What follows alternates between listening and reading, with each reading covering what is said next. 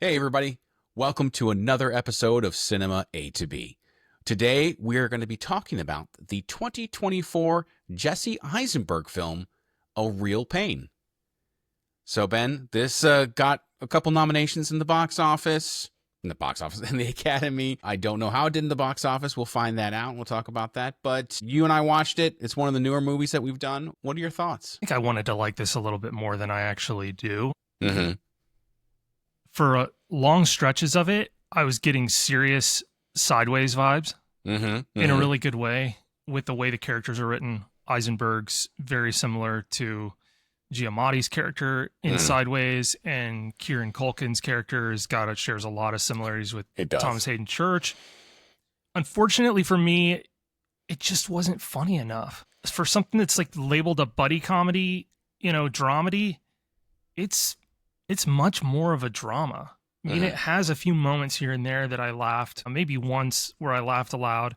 And comedy's so subjective, right? Like, I'm not going to beat this film up for the fact that I didn't laugh a bunch, but I guess that's what I was kind of wanting more from it, was some laughs. Unfortunately, I just think it's seriously hindered by virtue of the fact that they're touring through Poland on a Holocaust tour. And I think in the hands of a different writer-director, this could have been hilarious and super inappropriate, and it never really does that. Like, it's very sensitive, I think, towards the material, like where they are exploring that. I'll get into it some more with like performance. I've got questions, many questions. I'm kind of confused by some things, and I have a theory that I'll, especially as applies to Kieran and his Oscar win. But what's your take on this? So I enjoyed it. I didn't love it like I thought maybe I would. I know this is not really Jesse Eisenberg's directorial debut, but I know it's very close to his, like, it's a very personal movie for him. I think this is like the second or third movie that he's directed. But there were definitely, I think I laughed in more moments than you talked about. I also got Sideways vibes, very much so, of that kind of very straight-laced person and the just wackadoodle guy who, the problem here is this time, Kieran really annoyed me multiple times of like, well, not obviously Kieran, but his character, where I was just like, my goodness, this is absolutely terrible. I did end up seeing much more of a character piece of dealing with loss, of dealing with scars from growing up, in less of that comedy that, like you said, that buddy comedy thing. It's much more of a deep dive into the actual, like, how these characters function in society, like how these characters interact with other human beings with as much damage as they have gone through and done. I mean, and they both, obviously Kieran's very damaged in this, but even Jesse Eisenberg's character has a lot of just issues in and of himself. And sometimes, and it's funny because they kind of seesaw back and forth of who's the more accepted by the group or who's the more accepted by society. And it fluctuates very much because one of them will say something or do something and everyone's kind of like super upset about it. I think you're 100% correct, is the material or the location and the purpose of like their visit to Poland and where they're headed limits what they can do via comedy or what jokes they can make. It limits what Eisenberg can do via comedy. That's true. Because in the hands of like Matt Stone and Trey Parker, this is a totally different deal. Like, it just is. Like, it is. Yeah. That's the discretion of the director, and I don't have any problem with that. No. And obviously there's cultural reasons why Eisenberg would like be kid glove this. Yeah. Right. Oh yeah, very much so. And I don't disagree. Like, you're right that the exploration of loss has value. There's also a good argument made in the movie that society needs both of them, like both extremes. Yeah. Obviously I resonate much more with Eisenberg's character. In fact, there were situations, like social situations they were in, where it's like, man, that's painfully close. Like, like him sitting alone initially, just assuming that Kieran's gonna sit with the group. Yeah. I've totally, I was like, oh, yeah, that seems very familiar. So I liked that aspect of it, that exploration of that style of personality. And yes, guys like me that are wired like Eisenberg do kind of envy the guy that comes into the room and just lights the room up. Everybody laughs. But the downside is, I think the movie gets it correct. Often that guy just says really inappropriate stuff. Yeah. And you're right. I agree with you. I was totally annoyed. I think that might have been where fortunately, the movie's only an hour and a half. Yeah, it's very. Because I don't think I could take another 30 minutes of that character. Just can't do it, of Benji. So I don't have a problem with him winning an Oscar. But here's what I think happened. And this is, I hate saying this because I don't want to take anything away from Culkin. It's a legitimate win, even though I don't hold the Oscars in esteem. I think a lot of this is people placed Kieran's acting talents here prior to this movie, and the performance reveals that he's more like here. Mm-hmm. And so if you have that assumption going in that this is where this actor's at, and then he delivers something that's just substantially more nuanced, I think folks felt like they had to give him the win. But then the other problem is, as we've revealed, either it was today or yesterday, and this is, I knew this was going on, but now there's confirmation, right? That to vote on the Oscars up until this point, you didn't have to see everything. Which is... You could just vote on what you'd seen, which is insane. Yeah. And just lends, it's just another tally in my own vendetta against the Academy Awards. It's just like, okay, yeah, this has been going on for forever. Decade, yeah. Insane, absolutely insane that you can vote on this stuff without. But I don't want to make it about that. I think Culkin's win's legit. I thought it was a good performance. But I will say, I thought Eisenberg's performance was just as good. And he didn't even get a nomination at all. Which I think is a shame, because yeah. And so I also have some contention with it, because obviously I didn't see this movie until after he won the Oscar. Right. And I have some problems. Like, I understand probably why he was put up for Best Supporting, but the movie is basically just him and Jesse Eisenberg. Like, they're both, like, I would consider them both lead actors, not supporting actors in this movie. Like, they're in it. Like, they're basically in it. If you looked at the screen time, I wouldn't say that Jesse Eisenberg gets that much more screen time than even, I mean, and I think if the movie even opens up with Kieran, in some cases, you can almost say this is more of Benji's story than... It ends with him, too. Exactly, you know? And so that was actually much more of my frustrations. Yes, and I completely agree with you. Reading that, I was like, well, this is just going to give more fuel to Ben's fire of hating on the Oscars. And it's just... For listeners, I still watch them. I still enjoy it. But I also side with Ben, where I'm like, they're very political in a lot of ways of who you know, who's the current favorite, or who does everyone like. And in this case, unfortunately, Kieran, especially being on Succession, everyone kind of has this, this him. I haven't seen any of the others, so, which is probably terrible. So I couldn't really compare the supporting actor roles, but I don't think Kieran's role fits as a supporting actor. I think he should have been up against other. Yeah, but I think that's actors. A producer's call on which category to nominate you in. Mm-hmm. Producers write that paperwork, fill it out. So it may have been a situation where, like, they felt like he had a better shot.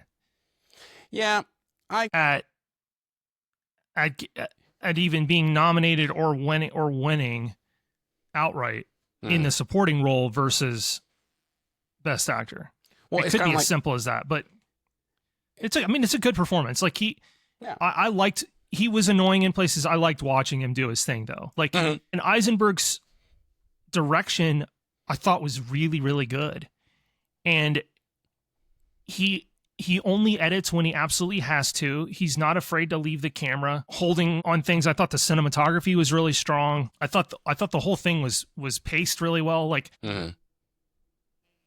hats off to him for editing down his own script to 90 minutes. That's a tough thing to do. You're taking your ego and you're setting it at the door when you do that. Because I'm sure it could have been hour 45, 2-hour movie without too much trouble.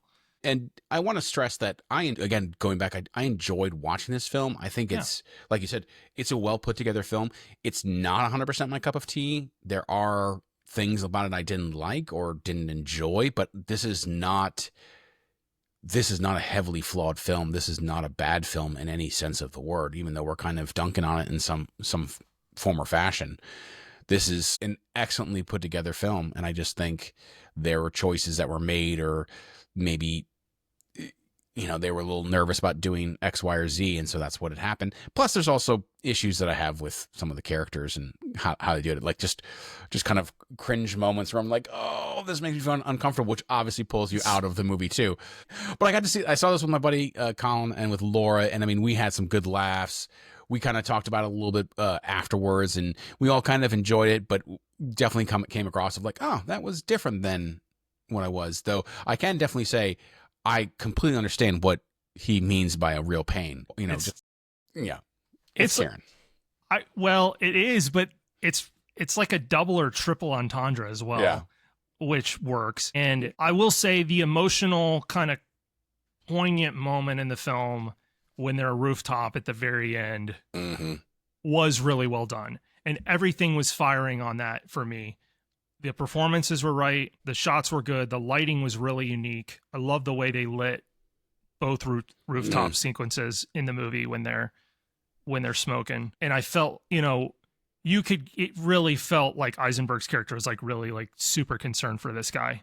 Like, and wants him around, even though he did have this habit of like only reaching out like every 6 months. And he kind of called him on it. He was just like, you know, what is this legit? Like, is this legitimate? Yeah. So I don't know. I had expectations that I brought in to the screening from a humor standpoint, probably based on Eisenberg's like track record of movies. Although lately it's mostly been dramas that he's done anyway. So I did listen to a cool interview with him, just happenstance. I don't remember which podcast or who he was on, but it was really interesting to hear him talk about transitioning to directing and especially writing stage plays, which is where he's been cutting his teeth for like the last decade, getting better. And so I think he's made a pretty smooth transition here. And I think it's what he wants to do now is probably more writing and directing. I mean, he's definitely showing talent for it. So I think that's a brilliant move on his part. He just, I'll say it again. Kieran got all the pub on the Oscar build-up for his performance in this. I was just pleasantly surprised with Eisenberg's performance in this. And the big thing, and I've talked about it, you know, before, and I know we've discussed it, because I got shoehorned a lot when I was especially doing plays and things, it's actually sometimes more difficult to be the straight guy, the one who's not the funny comedic role. Yeah. And not so much like we've talked about how comedy is so difficult, but especially like in a movie or in a play is sometimes you want to play off that comedy and to kind of continue being just this straight man or not emoting nearly as much as you're used to is sometimes almost as difficult as emoting when you're not feeling or something. You know, it's like, I talk about, you know, Damon in the CIA movie that he does where he played a very wooden character. Oh, the Good Shepherd. Yeah, the Good Shepherd. Everyone kind of talked about it. It's like, you know how difficult that probably was for him? Because he probably wanted to emote on every line and he had to like just rein it in. And looking at Jesse Eisenberg's work and seeing his other movies, he's a great actor.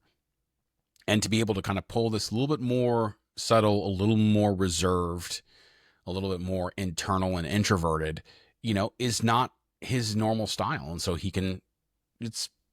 even when he played Mark Zuckerberg, he had much more emotional movements and range than he did with this character. So it's not like some people were like, oh, it's terrible acting. It's like, no, this is an obvious choice. And there are people who in real life that's what they do. Like their emotions don't move very much at all. It's like this, you know, right here. So, but yeah, Kieran got all the thing. I mean, he's gotten a lot of buzz for Succession anyways already. So he's kind of the hot ticket item. I'm not sad, again, like you, I'm not sad that he won. I think he is definitely showing some stuff. And I think he actually is a better actor than what I originally thought. It was cool.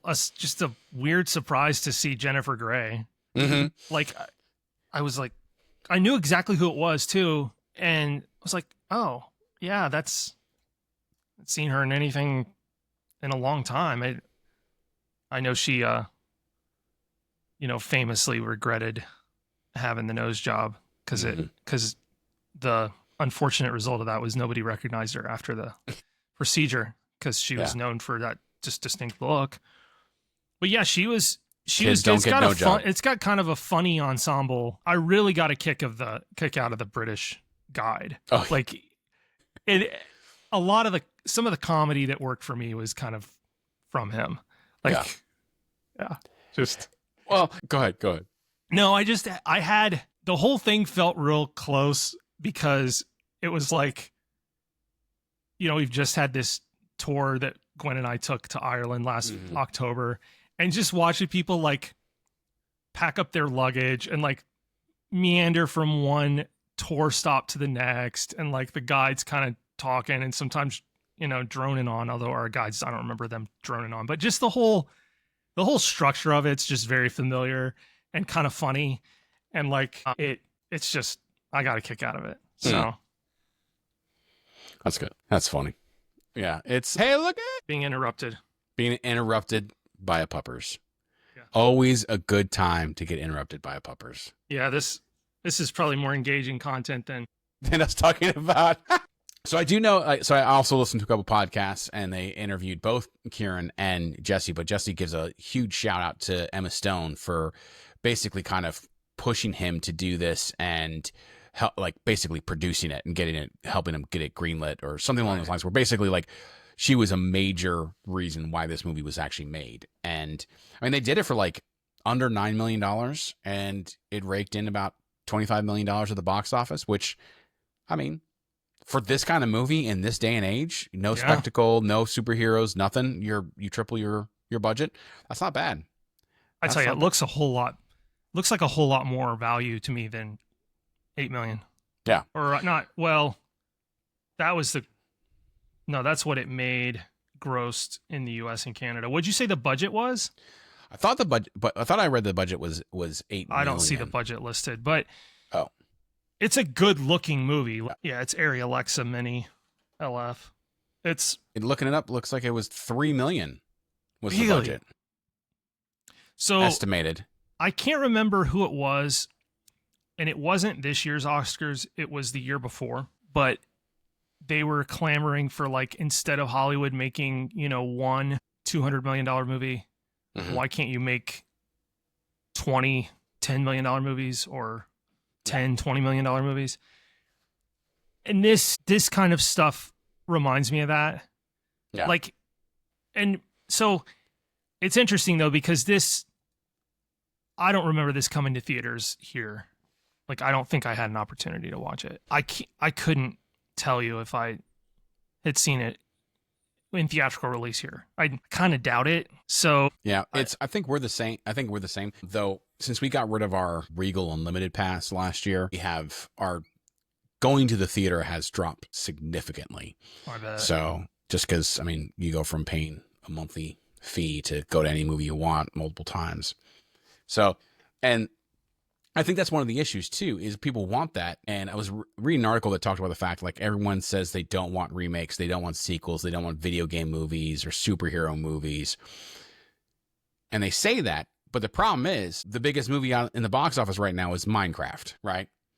Mm-hmm. Everyone says they don't want these movies, that they want cerebral or independent films, but nobody goes and sees those. They all go see the big spectacle. It's like the same thing. Everyone's like, my favorite movie is, Casablanca or something along those lines, but it's really not. They're just saying it because they want to look good, or like, my favorite book is War and Peace. No, it's the romance novel that you've read 35 times, or for me, it's the Star Wars novel that I've read, 60 times. Like, that's really your favorite.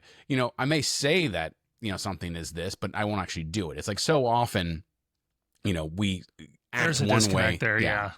So that's, I think, and I think studios know that. Studios know, like, hey, people are going to pay to see the big spectacle. They're not going to pay to see this $3 million drama about two guys going to Poland. That sounds depressing, you know? And yeah, fortunately, I should. So we talked about like maybe my desire to have more comedy, but it could be a lot darker film than it actually is too. Yeah. And so I give it a lot of credit for not descending into like the color grade's not bleak. It's got a nice, fairly rich image, pretty natural tones. Color grade's nice. It looks nice. They make Poland look beautiful, which it is. I mean, like, it's definitely, it's cool because it kind of pulls off like the myth of like what Poland looks like in 2024 or 2025. Like, you know what I mean? Like, yeah, it's there are like remnants of the old there, but it's very modern. I mean, and once again, I'm watching another movie where I'm envious of their train system. Of course, but I mean, it's just makes it so much easier. It does. I did like the sequence of him instructing Eisenberg on how they were going to beat the conductor checking tickets. Yeah. But then they wind up, you know, spoiler, wait, we're in first class. He's like, we've earned it. Sorry, I spoiled that for folks, but like that not a huge was a good spoiler. Like that was a good like long playing joke that had a nice payoff. So I listened to a podcast that had Kieran on, and he was talking about the fact that, you know, since he's been acting since he was really young, that he learns lines really fast.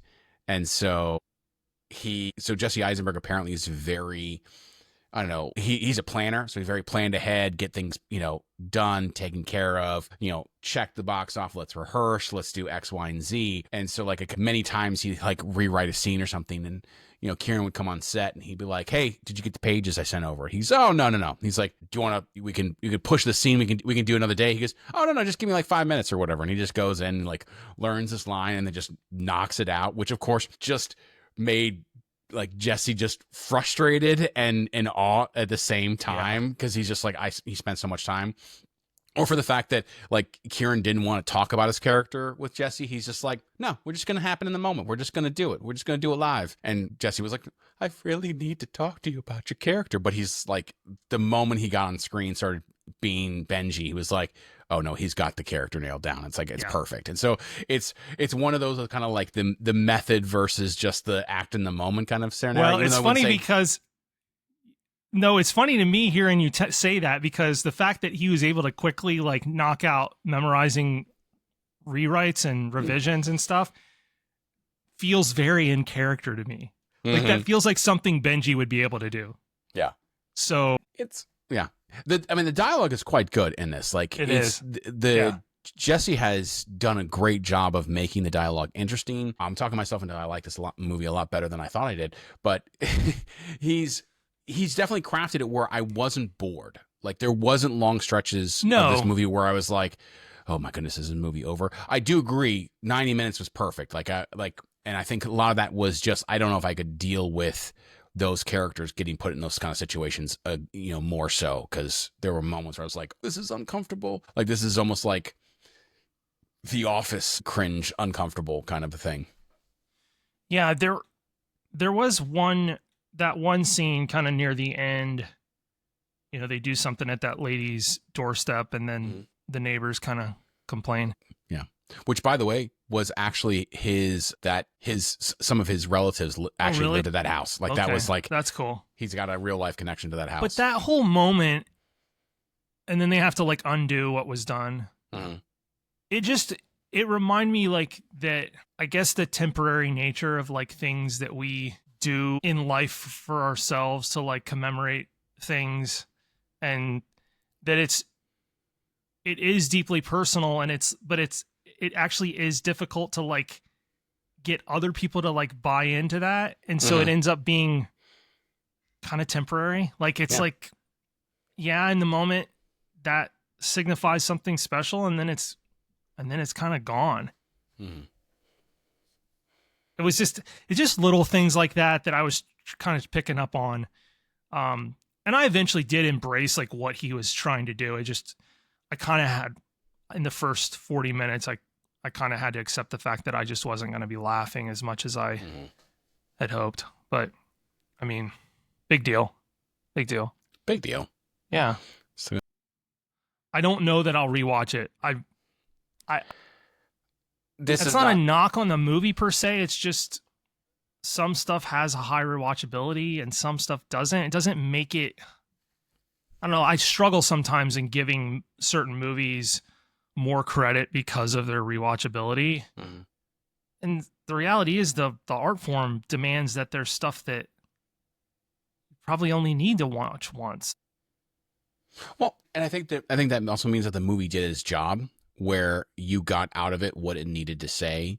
That it's not like watching Fight Club, or Usual Suspects and going back and going, hey, where are all the hints? Where are all the clues and the teases of why that? Like, I don't need that. And it's not a particularly like topic that you're super interested in. And like, say, watching like Band of Brothers or Saving Private Ryan or one of those scenarios, or it's not a universe or world like Star Wars, like me, where I'm going to watch it a billion times because I just want to escape into that universe.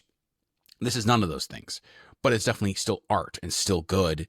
It's just, you don't have to go back to it to appreciate it. Like, I've seen the Mona Lisa in person, live. Like, great, fantastic. Don't need to, don't feel like I need to go back and It's quite see it. small. Yeah, exactly. Like, I'm good. I got that checked off, right? But the other things, like I saw the statue of David. Absolutely stunning and amazing. That's impressive. Yeah. I actually want to go back and see that. Like, yeah, that's like impressive. that's one. I can still appreciate the Mona Lisa without having the desire to see it again. Yeah. Just as much as I want to appreciate the statue of David, but I do want to see it again. So it's like, plus one's not better than the other. Plus, you'd much rather go back to Italy than France. You're really close to Tuscany. Yeah. Yeah, definitely. Give me those big, bold, super Tuscans. Oh my goodness. Give me like a Barolo. Yeah. All right, Ben. So we're going to Italy next year. Is that what we're projecting here? The trip to Italy. The trip to Italy, and we'll do a couple episodes live from Italy for our Italian listeners. No. All zero of them, one of them. I'm not wasting time doing that. If we get picked up by a big production company and that pays us to go out there and do one, sure. So yeah, right. Warner Brothers, if you're hearing this podcast, Warner Brothers, hey, go big or go home, buddy. Go big or go home. We're we can be in talks pretty quickly. Talks. Let me talk to our lawyer. Sorry. Okay, so we're going to go into spoiler mode a little bit. So if you have not seen this movie, have a desire to see this movie, there is something that I want to talk with Ben about that does talk about both kind of the ending and like the crux of this film. So this is your warning. Don't stop listening now if you don't want it to spoil it. It's not, I don't know if it's a huge spoiler, but just so thoughts on what the opening and ending of this film was trying to get across with Kieran. Like what did you take away from? I went to a line that he said when he was like watching Jennifer Grey's character and what's going on with her. She's alone. And Eisenberg's like, oh, but what if she wants to be alone? And he's like, oh, come on. Nobody wants to be alone. Mm-hmm.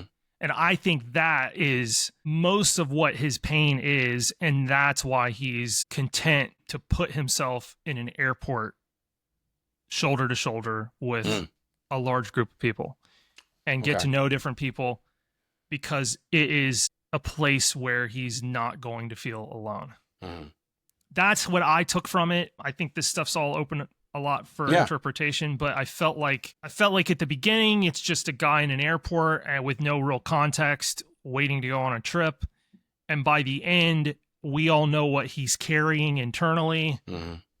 And he's content to kind of people watch. And I'm sure later after the camera cuts, he's striking up, after we lose him on camera, he's probably striking up a conversation with some random stranger and making him laugh. And that's what I kind of got from it was his loneliness was like, and even it seems like even before the grandmother had passed, that loneliness was something he'd struggled with because he missed being able to like comfort Eisenberg's character and hug him when he would have these nervous breakdowns basically at camp that he talked about and stuff like that. He missed that he had need of him. Mm-hmm. And now Eisenberg's character is medicated and the anxiety's lessened because he's on, he's doing it with medication, and he's, Benji's like misses him being needed. Mm-hmm. So I think that's where a lot of it comes from. That's my thought on it. What about you? Like, where? So my first thought was that basically kind of he did not have a home to go to.